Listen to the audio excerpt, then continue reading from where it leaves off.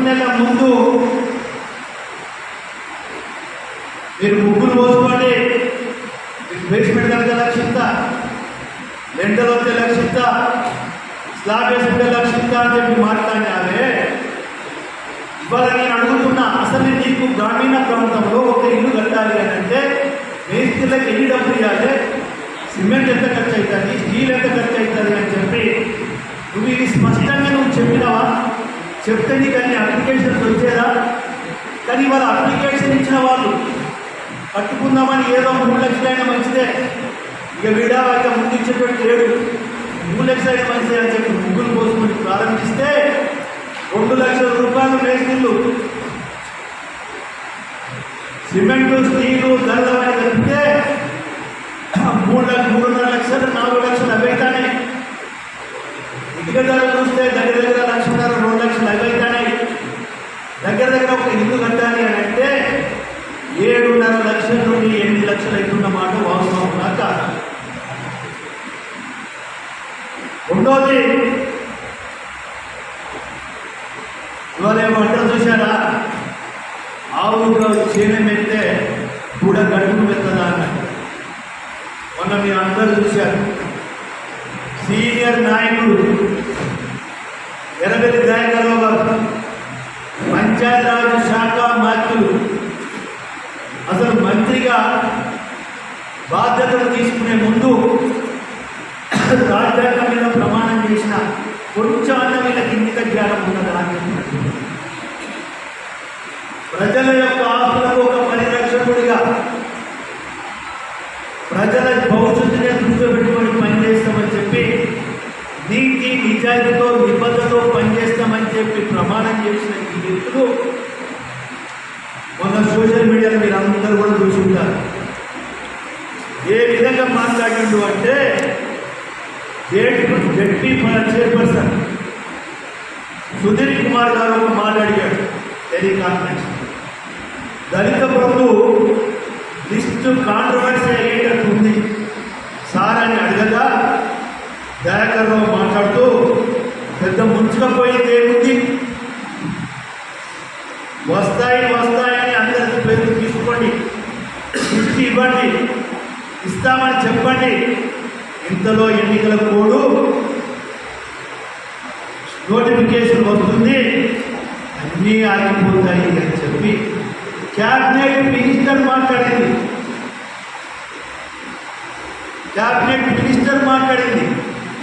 అంటే చంద్రశేఖరరావు దగ్గర మొదలు పెడితే గ్రామంలో ఉన్న గ్రామ పార్టీ అధ్యక్షుల వరకు చాలా స్పష్టత ఉన్నది వాళ్ళకి.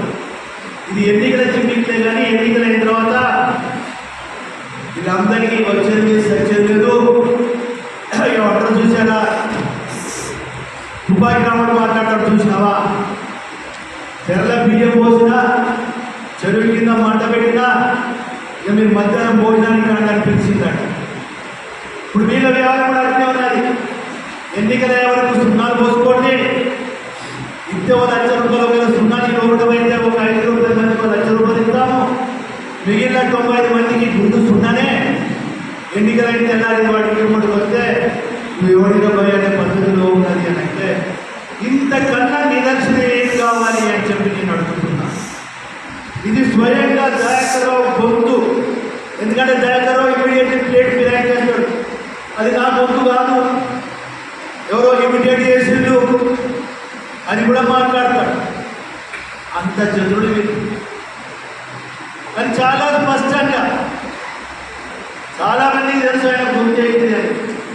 100% ఆయన మాట్లాడిన మాటలే ఈరోజు వచ్చినప్పుడు, ఈరోజు నీ ప్రజల్లో ఒకటే నేను అడగదలుచుకున్నాను. 2 సార్లు మోసపోయారు, మీరు 3వసారి కూడా మోసపోతే మిమ్మల్ని దేవుడు కూడా రక్షించలేడు అనేది ఇది వాస్తవమునా కాదా దయచేసి మీరు ఆలోచించుకోవాల్సిన అవసరం ఉన్నది.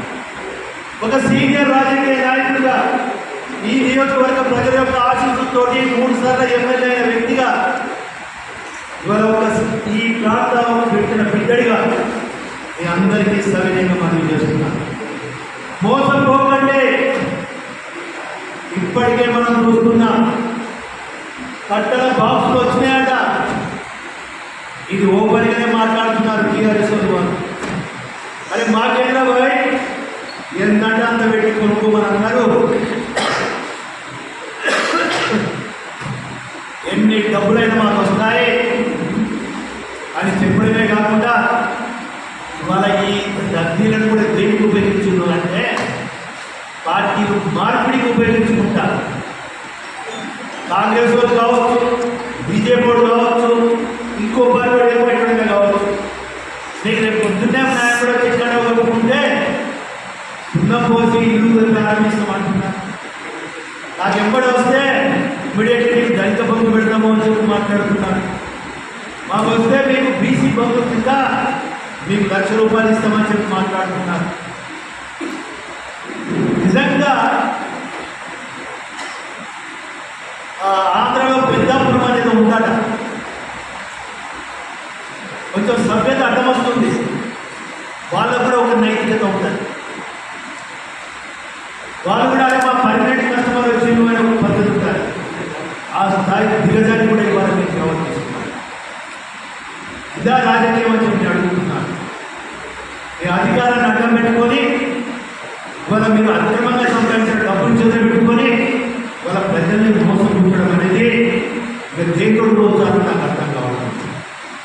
ఇంకొక రకంగా చెప్పాలి అని అంటే ఈ టీఆర్ఎస్ నాయకులు, ముఖ్యంగా ఈ బాధ్యత గల వ్యక్తులు వాళ్ళకన్నా